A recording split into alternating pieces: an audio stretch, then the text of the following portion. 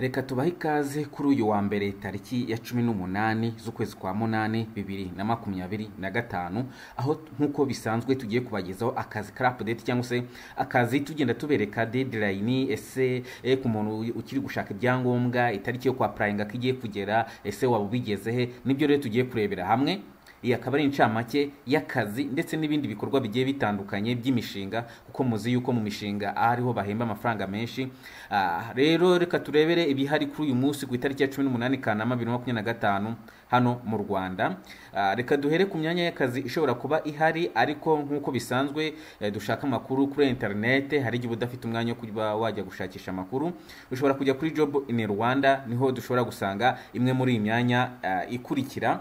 Tugiye kurebera hamwe imyanya y'akazi ihari. Hanyuma rero hari School of Nursing, nkuko nabibabwiye ni muri Kigali. Bagiye bashyiraho imyanya yagiye hagaragara ku itariki ya 15 z'ukwezi kwa 8 2025, ikaba ifite igihe ntarengwa cyo kuba warangije kuba wakora deposition cyangwa se kudepoza ku itariki 23 z'ukwezi kwa 8 2025. Rero niba warajya warize ibijyanye n'ubuganga, bijyanye na nursing, public health, midwife, naguha ikaze rwose ko wakwihutira hano kuri Job in Rwanda ukaprayinga hano muri School of Nurse.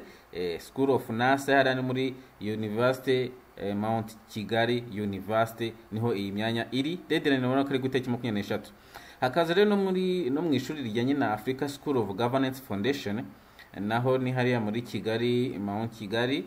Hanyuma rero bakaba barashyizeho imyanya na program officer ifite deadline ku itariki 29 z'ukwezi kwa 8 2025. Hakaza umwanya wa administration officer ku itariki 29 z'ukwa 8 2025, iyo ni deadline.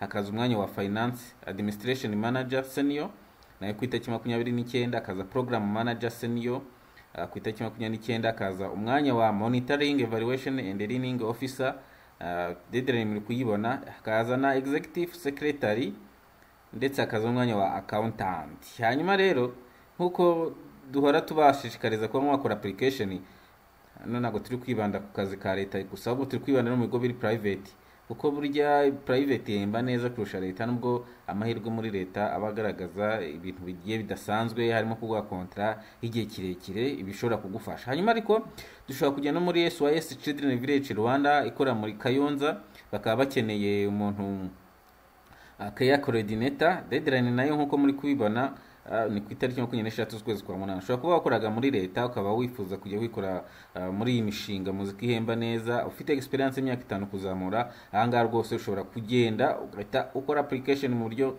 bworoshye. Muri Wellspring Academy muri Kigali naho bakeneye umwarimu advanced level mathematics teacher, naho deadline iri ku itariki 20 z'ukwezi kwa 8. Rero niba usanzwe uri umwarimu wifite bachelor yawe na experience yawe, ushobora kujya kuri Job in Rwanda ugahita ukora application mu buryo bwihuse cyane. Hakaza undi mwanya w'umutangwa Financial Company Limited, position ni Director of Finance.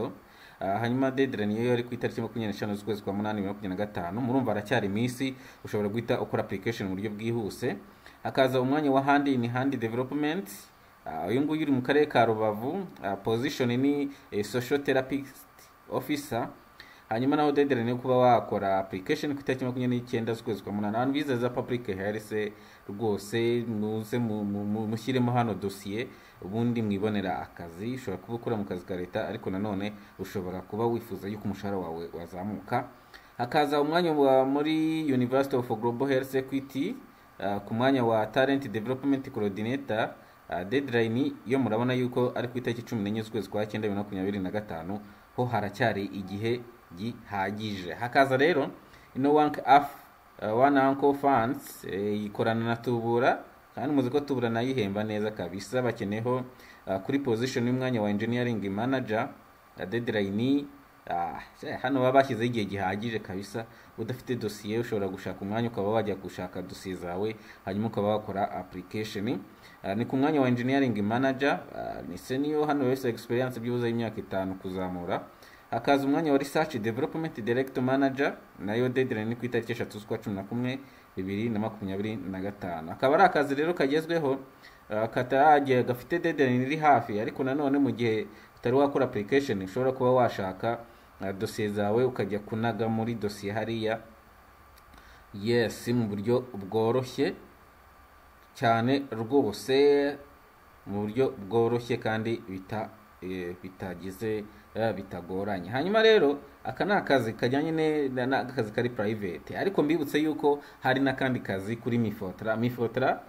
Kugeza ubu ngubu hariho imyanya 10 y'ubushoferi mu kigo cya Rika, imyanya 10 y'ubushoferi. Ku muntu rero ufite noza yawe rwose ushobora kunyarukira ku rubuga rwa Mifotra ugakora application mu buryo bwihuse. Hanyuma rero hariho n'indi myanya igiye itangira inagira, ariko icyo dushaka kubagezaho nuko mu minsi iri imbere dushaka kujya duspecifyinga akazi kagiyeho uwo munsi tugashyira hano kuri live. Ako kazi kagiyeho uyu munsi tugashyiraho ku isaha 11 z'umugoroba, kubera yuko ama website menshi apublishinga mu masaha y'amanwa. Ubwo rero mu masaha y'umugoroba nibwo tuzatumenya akazi kabaye published, hanyuma kugira ngo tubashe kuba twasangira amakuru yose y'ingenzi kandi akenewe. Rero nkuko duhora tubibabwira, icyo tubasaba ni gukora subscribe, mugasangiza abandi izi video zacu, hanyuma natwe icyo tubabereyeho hano no kugira ngo tubashakire amakuru ajyanye n'akazi. Ntabwo dutanga akazi, ariko dushobora kuguha amakuru ajyanye n'aho ushobora kuapplyinga ndetse n'aho ushobora kubonera akazi. Ciao, dusubire muri video ikurikira.